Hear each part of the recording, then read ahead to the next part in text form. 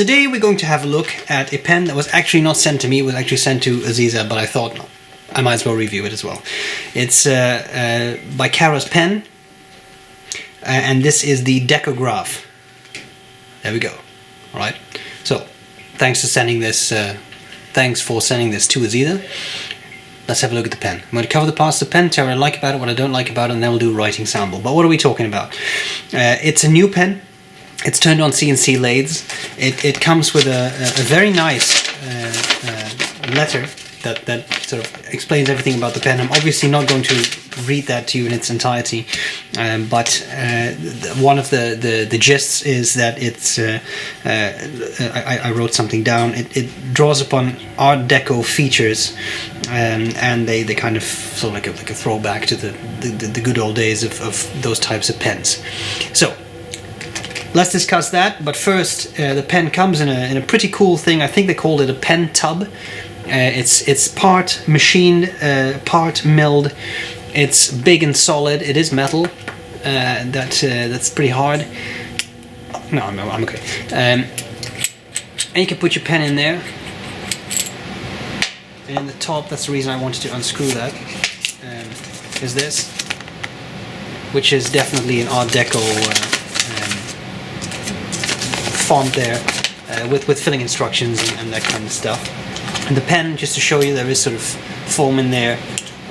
Pen fits well in there, and then you can screw the whole thing shut. Okay, now parts of the pen. Whoops. I'll come back to this. Top of the pen, you have sort of like a what do you call that again? Sort of like a little a round pyramid. I know that has a different name, a cone. Anyway, that's the top of the cap there. There is an interestingly shaped clip. Notice that facet there. That isn't an Art Deco pattern, that type of line work. The cap tapers down, has a little bit of tapering down there. And you have the barrel, which tapers down to the end here, and then there is the Kara's pen logo. The cap unscrews. Then you have a nice section that tapers down, flares out, and it's completely flat there, and a number 6 nib. The number 6 nibs are made by B.R.E, in this case steel. There is also gold and titanium available, but this is the standard steel, simple feed, nothing fancy there. And then you have the converter.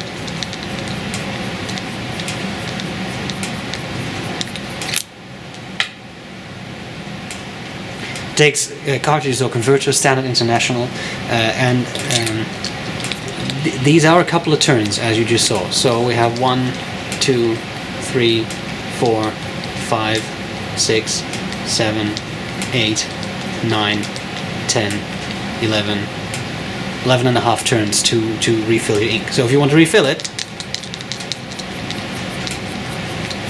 and now you're ready to go. That's a lot of threads. Which may not be an issue. I'm not making fun of it. I'm just pointing it out. That's a lot of threads. I found.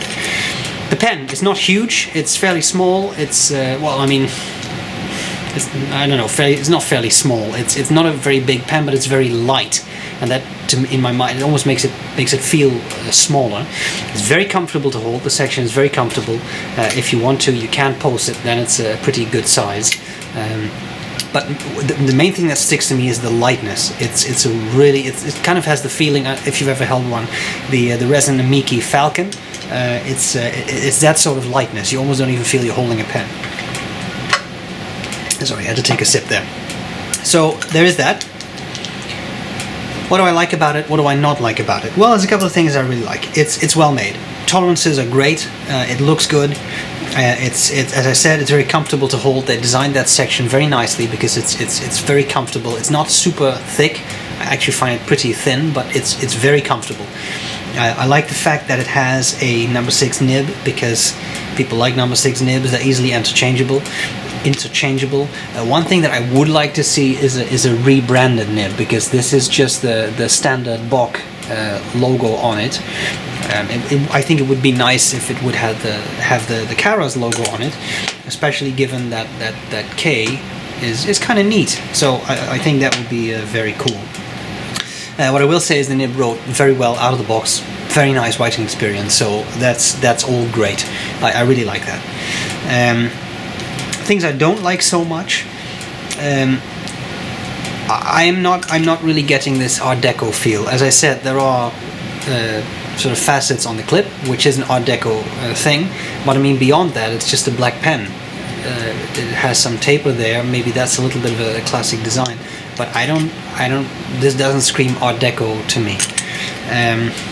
As I said, the nib is not rebranded. Another thing that I found is that these cap threads, they're actually pretty sharp. They stick out quite a bit.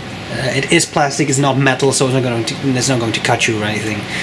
But especially when you move your finger back a bit, you really do feel them. So that is maybe one issue. The final thing I wanted to say was that I find the price on the high side. It's $165 for a very light pen. And I think that's just a lot, given that this comes with a steel nib, $165. That puts you in the price range of, say, a Lamy 2000, which is a piston filler and has a gold nib. Now, of course, this is made on a different scale, and it is. They go into detail in their letter on how they make it. So, I mean, it is not a mass-produced pen like the 2000 is. I understand that, and I do appreciate that. But I'm not really seeing that value in this particular pen. Now, of course, it does come with a really cool pen tub, which can be used in hand-to-hand combat for sure, because that's a solid piece of metal. My only problem with this is that even though it's a cool accessory, I can't write with this, so that doesn't add to the I don't see that reflected in the price, so to speak. I understand there is machining involved in this. But another issue is that even though it's cool, and it's cool to carry your pen this way, is anyone going to carry around a pen in a giant heavy metal cylinder and then say, wait, I have to write something down?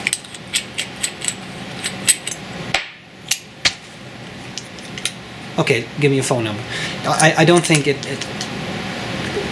I don't really think that works well. Now, what I will say is, it makes an extremely cool desk stand, for example. So in that regard, it's definitely a cool accessory, and it's clear that time and effort went into making it. The logo is very cool. There's a nice little groove there. I mean, I see the appeal. I'm just not sure about the price of the pen. And that's pretty much all there's to it. So I hope this was useful. We'll do a writing sample next. Measurements of the pen as well as high-resolution pictures will be on the website sbrebrown.com. I hope this was useful so far, and I'll gladly see you later. Bye-bye. Okay, so there we go with the Karas pen Decograph. The ink is Solferino, which is made by Rohrer und Klingner. Let's do a bit of writing.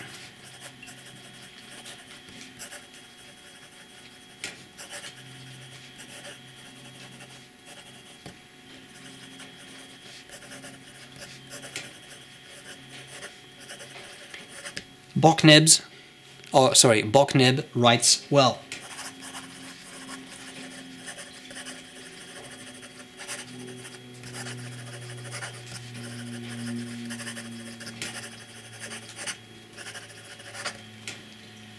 No real skipping, nicely tuned nib, and I think that's really quite nice. And as I said, works well. Wetness, definitely on the wet side. Very careful. You can get a little bit of line variation out. Just be very careful.